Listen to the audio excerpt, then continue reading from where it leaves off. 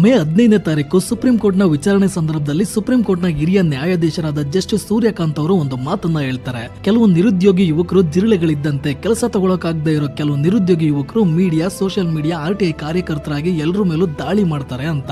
ಇದಕ್ಕೆ ಅಭಿಜಿತ್ ದೀಪ್ಕೆ ಅನ್ನೋರು ಕಾಕ್ರೋಚ್ ಜನತಾ ಪಕ್ಷ ಅಂತ ಒಂದು ಅಕೌಂಟ್ ಅನ್ನ ಓಪನ್ ಮಾಡ್ತಾರೆ. ನೋಡ್ತಾ ಇದ್ದಂಗೆ 1.3 ಮಿಲಿಯನ್ ಜನ ಅದನ್ನ ಫಾಲೋ ಮಾಡ್ತಾರೆ.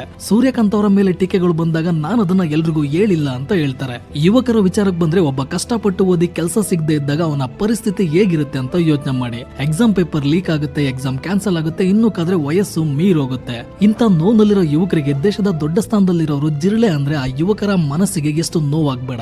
ನಿರುದ್ಯೋಗ ಅನ್ನೋದು ದೇಶದ ಯುವಕರ ತಪ್ಪಲ್ಲ, ಅದು ವ್ಯವಸ್ಥೆಯ ವೈಫಲ್ಯ. ಹಾಗೆ ಸೋಷಿಯಲ್ ಮೀಡಿಯಾದಲ್ಲಿ ಸಮಾಜವನ್ನ ಟೀಕೆ ಮಾಡೋರೆಲ್ಲ ಸಮಾಜದ ಕೀಟಗಳಲ್ಲ, ಅವರು ವ್ಯವಸ್ಥೆಯನ್ನ ಎಚ್ಚರಿಸೋ ನಾಗರಿಕರು. ಇನ್ನು ಕೋರ್ಟ್ ಮತ್ತು ನ್ಯಾಯಾಧೀಶರ ವಿಚಾರಕ್ಕೆ ಬಂದ್ರೆ, ಕೋರ್ಟ್ಗಳಲ್ಲಿ 4.89 ಕೋಟಿ ಕೇಸ್ಗಳು ಪೆಂಡಿಂಗ್ ಇದಾವೆ. ದಿನಕ್ಕೆ ಅವರೇಜ್ ಆಗಿ 86 ರೇಪ್ ಕೇಸ್ಗಳು ದಾಖಲಾಗ್ತವೆ ಅಂತ 2021ರಲ್ಲೇ ಹೇಳಿದ್ರು. ಆದ್ರೆ ಅವು ಈಗ ಎಷ್ಟಾಗಿದಾವೆ ಅಂತ ಗೊತ್ತಿಲ್ಲ. ಅಂದ್ರೆ ನಾನು ಈ ವಿಡಿಯೋ ಮಾಡೋದ್ರೊಳಗಡೆ ನಮ್ಮ ದೇಶದ ಯಾವುದೋ ಒಂದು ಮೂಲೆಯಲ್ಲಿ ಒಂದು ಹೆಣ್ಣು ನನ್ನ ಕಾಪಾಡಿ ಕಾಪಾಡಿ ಅಂತ ಕಿರಿಚ್ಕೊಳ್ತಾ ಇರ್ತಾಳೆ.